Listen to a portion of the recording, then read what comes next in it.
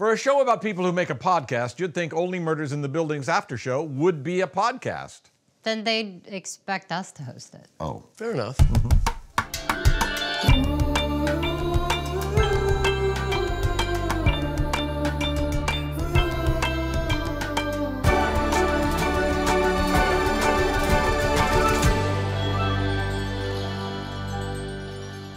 Oh, hello, here I am again. Welcome to One Killer Question, the Only Murders in the Building after show. I'm your host, Michael Cyril Creighton. This episode welcomes back Theo. Taubert, Theo, Taubert. What is it with Mabel and all these T names?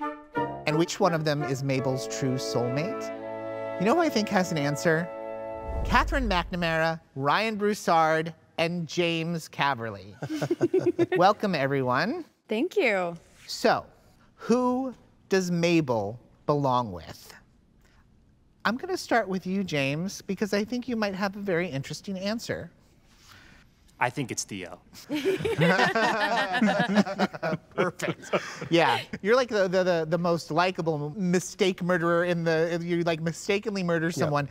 Out of all of the murderers we have in the show. It's You're true. my favorite. It's true. It's always a joy to see you come back. Yeah. Our favorite murderer. Yes. But I will say, if one thing gets Mabel going, it's murder. If Mabel feels attracted to Theo, then amazing. Awesome.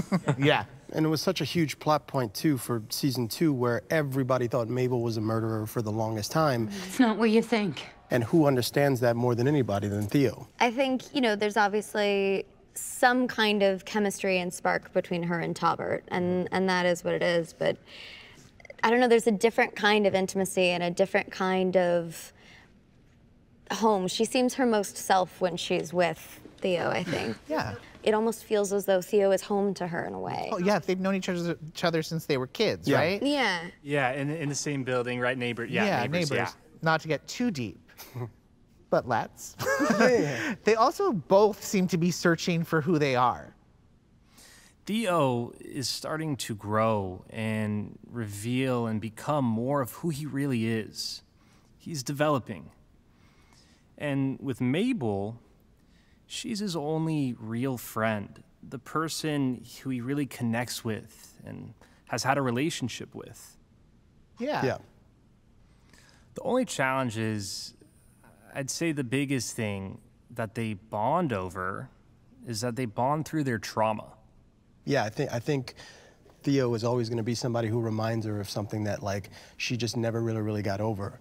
So it's like, you got to take that choice. It's like, do you continue to, face your past or be with somebody who's from your past that's always going to remind you of that thing? Or do you start fresh and kind of put all of that behind you? Listen, it seems like we're all pretty Team Theo. Mm-hmm. Yeah. It's true. Yeah. Mr. Debonair. Yeah. But that doesn't mean Taubert's not a good guy. Taubert is like new, exciting, Yeah. seductive, also mysterious, just like Mabel. Well, it's interesting because having Taubert come in as a completely new, fresh thing, it's obviously exciting for Mabel, and they can relate on the career sense of things. And look, any man who's willing to hide in a cupboard and talk about murder is a good man. He seems to be as committed to kind of solving what this murder is as much as Mabel is. So I think the big thing with Taubert is he's filling something that she's obviously missing because she's so used to being with that trio. And it's like, because they're kind of off doing their own thing, Taubert is kind of filling that hole. Also, he has a very interesting career. Yeah. He's a creative person. Yeah. He has a lot of passion. I don't think I know what Theo does for work. Do you, James?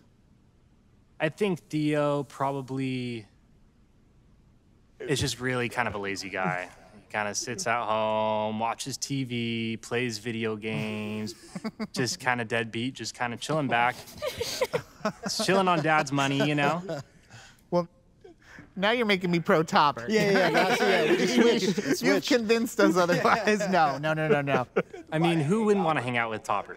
True. And would you, like, bro down with Taubert? Would you go have some beers with him? Oh. Well, I mean, have you seen his eyes? Have you seen him? Well, this has been absolutely great. I'm so glad the four of us could chat about this. And on that note, it's time to play One Killer Game. Yes. Huzzah. So Matthew Broderick is in this episode, digging way, way, way too deep into the character of the constable. Would a constable from Nova Scotia point like this, though? From my research, they were trained to keep their hands low by their firearms. So they would point like this. Never like this, but this. And now it's my turn. Howard has been around the Arconia since day one. So what we're going to play is called Ask Michael Anything. James is going to spin this wheel. One of you is going to ask a question, any question you want, about a backstory of one of the characters that inhabit Omit B. I am going to answer that question, and if I don't know the answer, I am absolutely going to make it up. Fantastic. Ready? Yes. Pretty good. Okay. James, would you please spin the wheel for Ryan?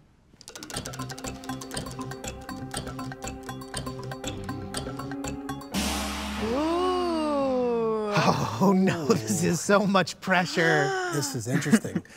So obviously we have the whole brother thing. If Teddy or Oliver, I guess, would have to pick who the favorite son is, who would they be and why? Favorite out of the boys? Yeah. Out of the boys. Yep. Okay, this is a lot of pressure. Yeah.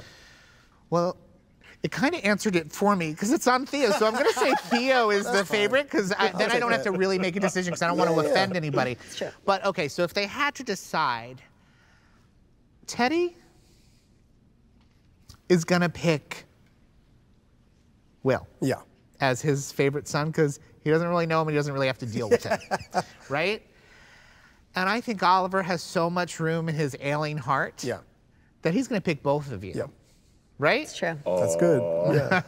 That's pretty good. That's sweet. good. I love that. Yeah. Yeah, I'm Switzerland. Neutral answer.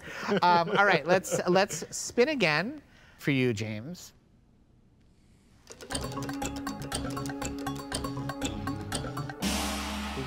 KT, our stage manager. James, ask me any question you want about KT's backstory. Okay, I have a question. In the show, most of the characters go to the pickle diner, right? When she goes to the pickle diner, what would KT order? Straight up meatloaf. Is what KT eats at the pickle diner. All right, James, spin the wheel for Catherine, please. All right. Pressure's on. Ooh, Jonathan. Jonathan. Howard's boyfriend. Yeah. What do we want to know about Jonathan's backstory? When Jonathan first met Howard, what was the first thing he noticed about Howard that made him fall head over heels? I can't even believe we're asking this question.